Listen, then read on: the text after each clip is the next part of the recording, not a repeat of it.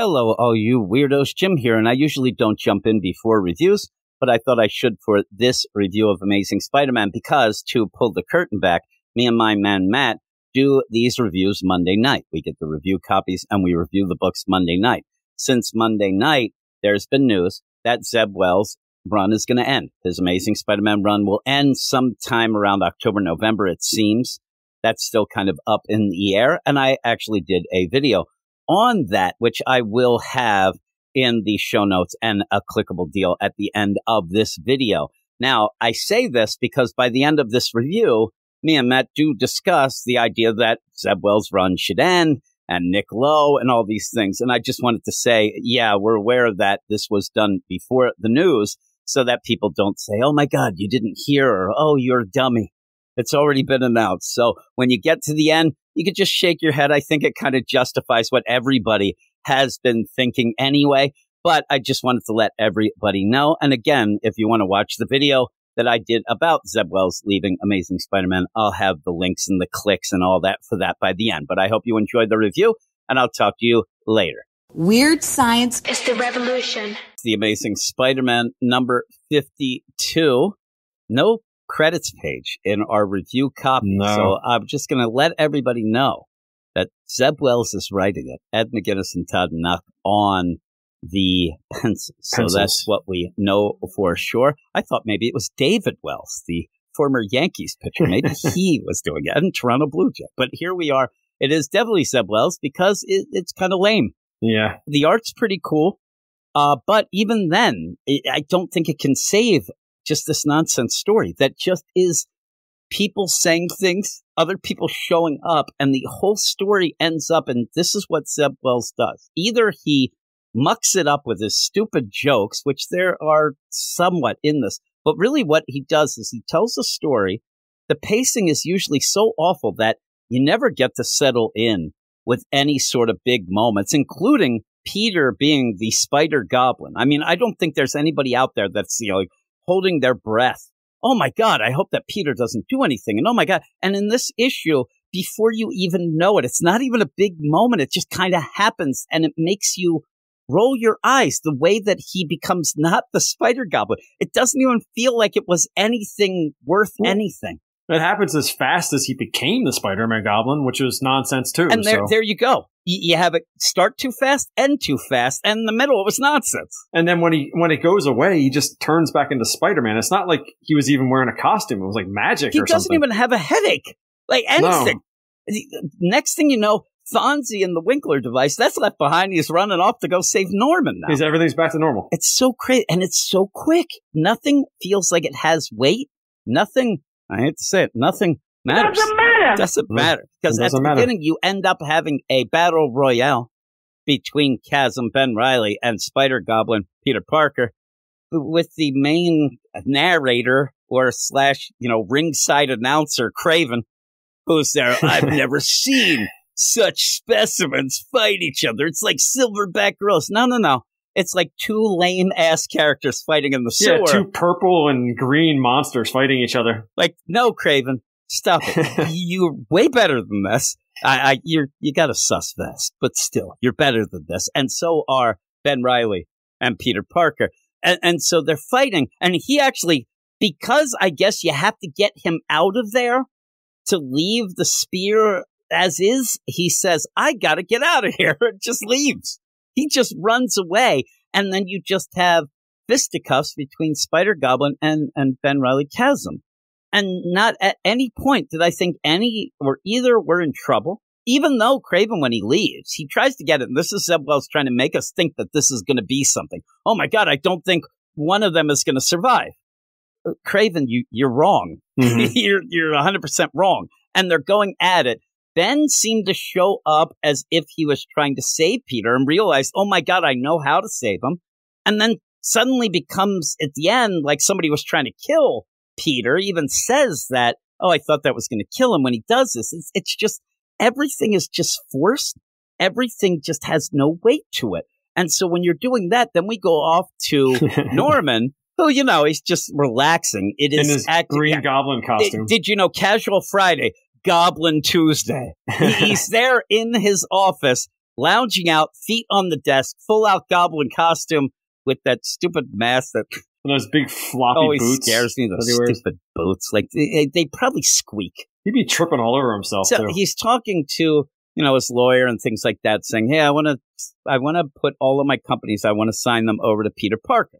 Guy's like, I don't know if you should do this. And he's like, well, when I asked my subordinates what I want to do, they told me I'm a jerk, whatever. And he's going to do it. And it's this fail-safe thing that he's trying to do, not to bring it a DC thing, but it seems like, but I don't quite get it.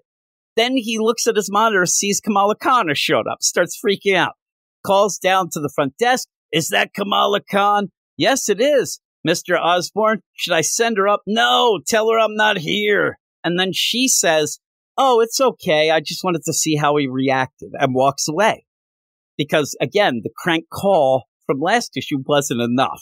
Something that Kamala would never do any of this. No, and I love the idea that this is Zeb Wells, and he's gone on record and say, listen, Nick Lowe and those smacked asses, they were the ones who made Kamala Khan get in the book to eventually get killed in issue 25, all of that stuff. It wasn't his thing, and it was obvious because he did shit with it. I'm just full out cursing now. I'm so angry. So now he's trying to retroactively make it seem like this was a huge thing of the run.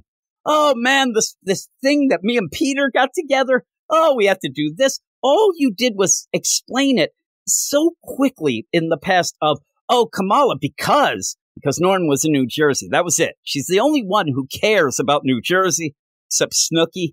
So she was there on the prowl, watching. Snooki. Even though she wasn't really a scientist, but was full out in the whole lab of Oscorp. It made no sense. Was she referencing like York blowing up or something? I don't even remember how. She's saying because that's when you ended up having all this, and then the idea of sending Peter that, which isn't quite how she thinks it might have been. It feels weird, and then she's just mentioning it because, again, it doesn't do anything for the story here. It's Zeb Wells desperately tried to convince me and you and everybody listening that it was always a big thing and she was always in the book when she rarely or barely was in the book. She was only in there to die in the arms of Spider-Man. You know why? Because she had to die in a book that people were buying. Yes. Nobody is buying her own book. So if she died in her own book, nobody's going to read it.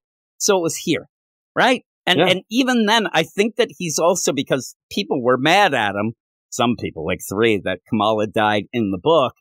And I think he's trying to make it seem like, I don't know.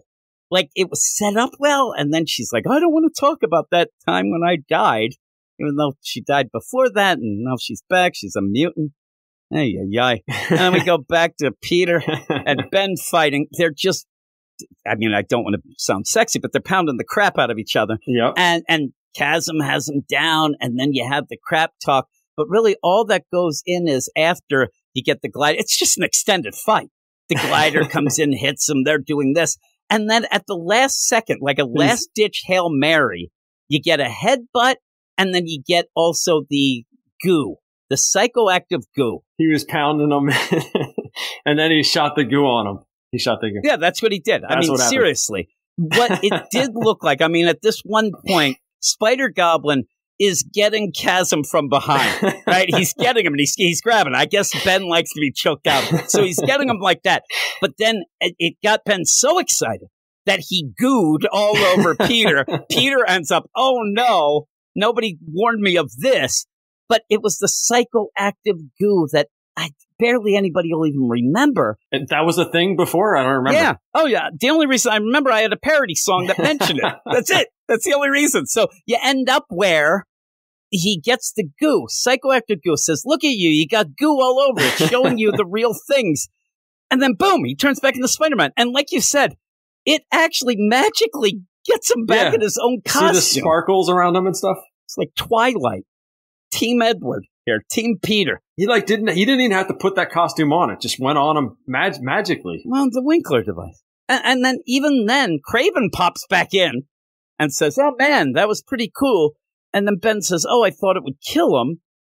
All right. Peter actually is like, listen, Ben, I don't care what's going on, but, it's a weird thing we just did. We're kind of clone type deal. It's very odd. No talk of this ever again.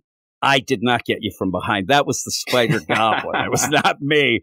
Please. I don't want this getting back. I got a reputation. Right? He's like, seriously, I'm trying desperately to get Mary Jane. This is just going to make her stay with Paul even more. But while that's going on, and like you said, though, boom, Spider-Man. All right, let's go. That's it. And he's going to go off now to save Norman. In the meantime, you have this crazy other part here where Kamala then starts going off and like, oh my God. Again, she says where she calls up Norman last issue and says, hey, Normie, Mr. O, what's up? And he's like, you don't call. Ooh, that wasn't him. Then she goes over to his office and wants to see him. Seriously, Kamala, nobody wants to see you. There's no reason that at any point Norman would want to see you. So him saying, I'm not here, lie, tell her I'm doing something. She seems to think this is full out evidence that it's not Norman. No, now I think it is Norman. It's Goblin Tuesday. He would say that 100% of the time. Yeah, every time he'd say, why would I talk to an intern that just was there? Plus, the idea that I do believe that he would be like, I thought you died. Yeah, why are you back? Like, I'd be scared. I'd be saying to this secretary, it's a ghost. Get the hell out of here. But I think she's haunting us.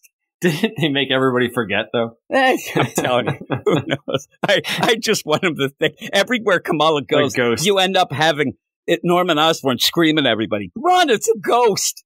Ay. So she ends up trying to figure out what's going on. She thinks that she's running to Doc Ock, but instead it's J. Jonah with the tentacles, and she ends up whapping. And actually, I think Kurt has the tentacles on at this point, which I'm guessing that, J. Jonah's upset because he's being cuckolded with the deal.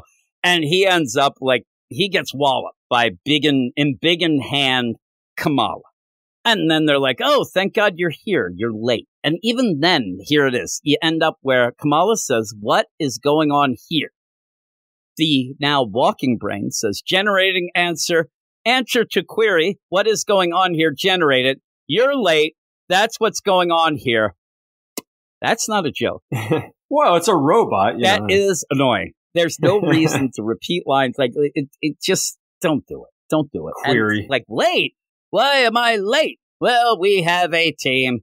And that's the big thing of, hey, and really, at this moment, what really is happening here is that Kamala has just decided, I'm going to have to kill this living brain. Yeah, you have because he just said her name. Mm-hmm. He ends up saying, Miss Khan, we're this, and you end up having J. Jonah. You have this intern who could end up being, who knows, a lot of witnesses. That other guy. Yeah, you can't do that. We just talked about it in the Ultimate Spider-Man, but says, hey, I ended up making this. Everything in this book with Zeb Wells always seems to be, I'm going to say things happened before, and you got to go with it. Even the stuff with Kamala is added on of, oh, you just go with it. And then, hey, me and Peter, we made this plan. I got to do this. And then the joke is, I ended up having to get rid of some of the knowledge I had, including the knowledge of cheese. I'm like, really? And so the big play, though, is they can't quite do this without a Spider-Man. Because it's just all you're doing is trying to fashion a lame-ass anti-Sinister Six here to do something. So it's like, oh, we need a Spider-Man. And then out of nowhere, Wreck-Rap shows up. Your boy Wreck-Rap. And I'm telling you, the only reason that I don't hate Wreck-Rap more than anybody in this book is because there's a guy named Paul that exists. Wreck-Rap is annoying. Wreck-Rap needs to be put away and never to be seen again. I know people will disagree, but even this where Wreck-Rap shows up and says, the wall-walking Wreck-Rap is reporting for all your web wrangling needs. It's already too much. Like, it's not that fun. Well, he's overplayed his welcome. Where does Wreck-Rap hang out all day? Does he just, walking around the city and, does he have an apartment? Does he pay rent? Funny. He's, walking around. They're like, Jesus Christ, that Spider-Man's buff. Like, hey, whatever. He's just going around. Yeah. Wreck-Rap, who probably would have been the one person who really would have been triggered to see Spider-Goblin as well, but you end up having it as the joke here of, hey, I'm Wreck-Rap, I'm here to help. And then Kamala's like, well, what? And there you go. Yeah. And, that's in the middle. Peter ends up changing, and then he heads off to go and save Norman because, again, he has the spear. The same thing that we had 6 months ago when we had the whole thing that Peter did in front of the spear that set this up and that. This is just a redo of a redo, and I think it's doo-doo is what it is. It's just, it's not good. It's infuriating at points, but the art's okay. Do you recognize the cover? I didn't even look at the cover. I'm looking at it now. I got to get to it now. You put me on the spot. I can't even see. Who is it? What was this? I said homage to Spider-Man. Oh, it's the homage. Amazing Spider-Man 300. I actually was trying to read who did it, but we don't even have the credits. But that's Ed McGuinness. Classic, isn't it? Yeah, I guess it is that. Yeah, it looks pretty good. But yeah, it is that homage.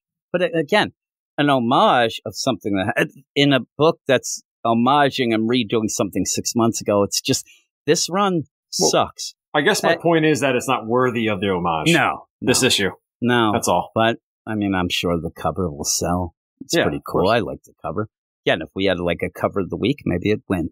I don't know. You used to have that. Yeah, we did. I don't look at the covers enough. And I'm too busy getting mad at what's in between the covers. So with this, what would you give it? I'll give it a 6.5. Yeah, I'm giving it a 5.5. And that's all art. Yeah.